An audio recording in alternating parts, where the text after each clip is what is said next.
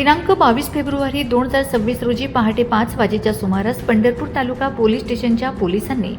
माननीय उपविभागीय पोलीस अधिकारी श्री प्रशांत डगळे साहेब यांच्या मार्गदर्शनाखाली 65 एकर जाकवेल येथून भीमा नदी पात्रातून गावातील भीमा नदी पात्रालगत असलेल्या ठिकाणी अवैधरित्या अशोक लेलँड कंपनीच्या टेम्पो क्रमांक MH11 DD 5899 या टेम्पोमध्ये टेम्पो चालक आदित्य मनोज माने राहणार पंढरपूर राहणार आंबेगाव हा आपल्या ताब्यात अवैधरित्या महाराष्ट्र शासनाची मालकीची